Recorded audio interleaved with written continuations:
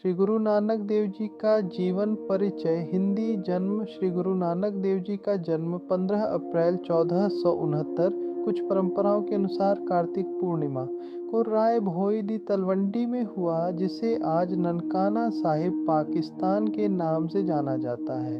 उनके पिता का नाम मेहता कालू कल्याण चंद और माता का नाम माता तृप्ता था। उनकी बड़ी बहन का नाम बीबी नानकी था, जिन्होंने सबसे पहले गुरु नानक जी की महानता को पहचाना। बचपन से ही गुरु नानक देव जी का मन ईश्वर भक्ति, ध्यान और मानव सेवा में लगता था। वे सभी लोगों के साथ समान व्यवहार करते थे और जाति पाति तथा ऊंच नीच का विरोध करते थे।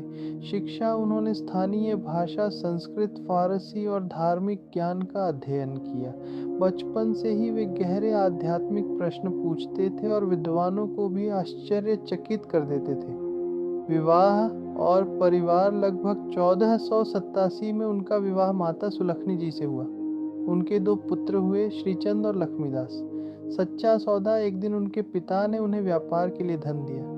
गुरु नानक जी ने उस धन से भूखे साधुओं और जरूरतमंदों को भोजन कराया।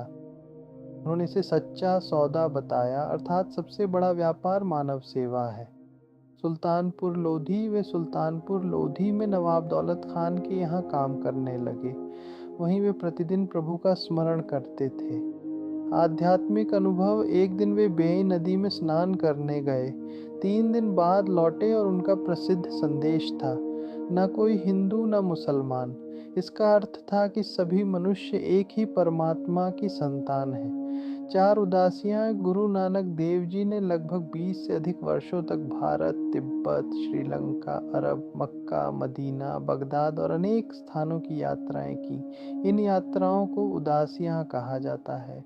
उन्होंने लोगों को सच्चाई, प्रेम, समानता और ईश्वर की भक्ति का संदेश दिया। मुख्य शिक्षाएं।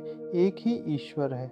ईमानदारी से मेहनत करो, किरत करो, ईश्वर का नाम जपो, अपनी कमाई में से जरूरतमंदों के साथ बांटो, वंड छको, जाति पाति, अंधविश्वास और भेदभाव का विरोध करो। सभी मनुष्य समान हैं, स्त्री और पुरुष बराबर हैं। लंगर की परंपरा।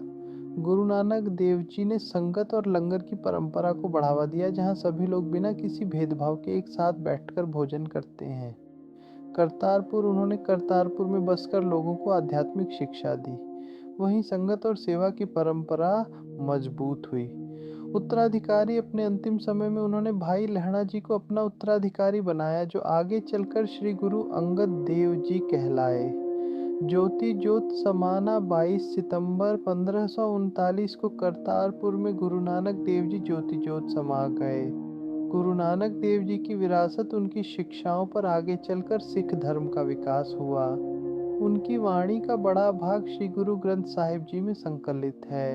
आज भी पूरी दुनिया में उनके बताए मार्ग, सत्य, सेवा, प्रेम, समानता और ईश्वर भक्ति का अनुसरण किया जाता है।